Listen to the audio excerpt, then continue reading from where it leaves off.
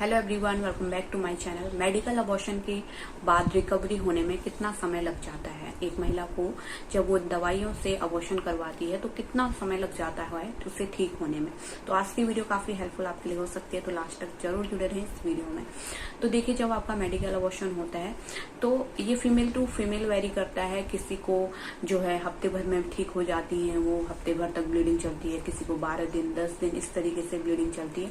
Maximum bleeding यहाँ पे 15 दिन तक हो सकती है। शुरुआती ब्लीडिंग जो होती है वो हैवी होगी, उसमें क्लॉट्स भी आएंगे और क्रैम्प भी आपको हो सकती है। पीरियड से थोड़ा ज्यादा आपको क्रैम्पिंग हो सकती है, लेकिन आप सहन कर पाएंगे, इतनी आपको क्रैम्पिंग होगी। एक और चीज डिपेंड ये करता है कि आपकी प्रेगनेंसी कितने दिन की थी। कम दिन की प्रेगनेंसी होगी तो जल्दी आप ठीक हो जाएंगी, कम ब्लीडिंग होगी उसमें। लेकिन आपको प्रेगनेंसी ज्यादा दिन की होगी तो उसको रिकवरी होने में भी ज्यादा टाइम लगेगा और ब्लीडिंग भी ज्यादा हो सकती है। तो शुरुआत में आपको क्लॉट्स आएंगे और हैवी ब्लीडिंग होगी, उसके बाद धीरे धीरे करके लास्ट में स्पॉटिंग में आपको ब्लीडिंग हो सकती है, जो कि बिल्कुल ही कॉमन है।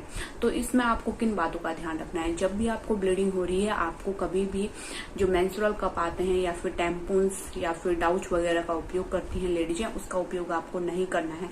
आपको केवल और केवल सैनिटरी पैड जो आते हैं उसका ही उपयोग करना है।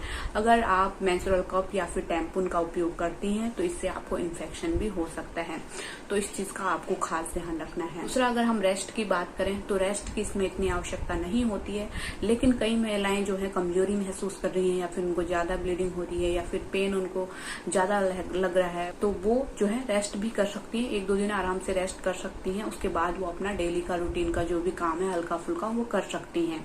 लेकिन भारी काम आपको नहीं करना है। 10 से 15 दिन तक आपको कोई भी भारी काम नहीं करना है। भारी काम करेंगे तो हो सकता है आपको एक्स्ट्रा ब्लीडिंग भी हो सकती है, इसलिए भारी काम नहीं करने, हल्के फुल्के काम आप कर सकती हैं। बाद आपको 14 दिन हो जाते हैं तो उसके बाद एक अल्ट्रासाउंड आपको जरूर करवा लेना चाहिए। डॉक्टर से जब भी आप एबॉर्शन टैबलेट लेती हैं तो डॉक्टर यहाँ पे आपको सजेस्ट करते हैं कि आपको 14 दिन बाद आना है और एक अल्ट्रासाउंड आपका होगा, जिससे कि पता लग सकेगा कि आपका एबॉर्शन कंप्लीट हुआ है या फिर नहीं हुआ है।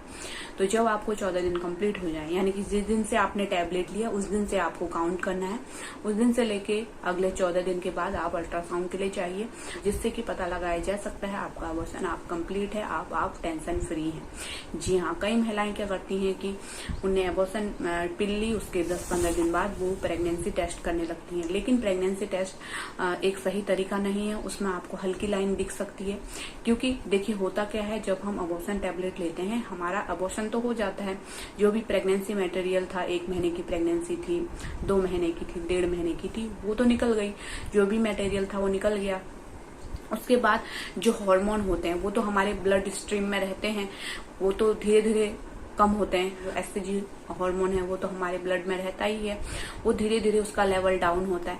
लेकिन हम कर लेते हैं 1 महीने से पहले टेस्ट कर लेते हैं या फिर 20 दिन बाद टेस्ट कर लेते हैं, 15 दिन बाद हम प्रेगनेंसी टेस्ट करते हैं, तो वहां पे हमको पॉजिटिव दिखा सकता है या फिर हल्की लाइन भी दिखा सकता है।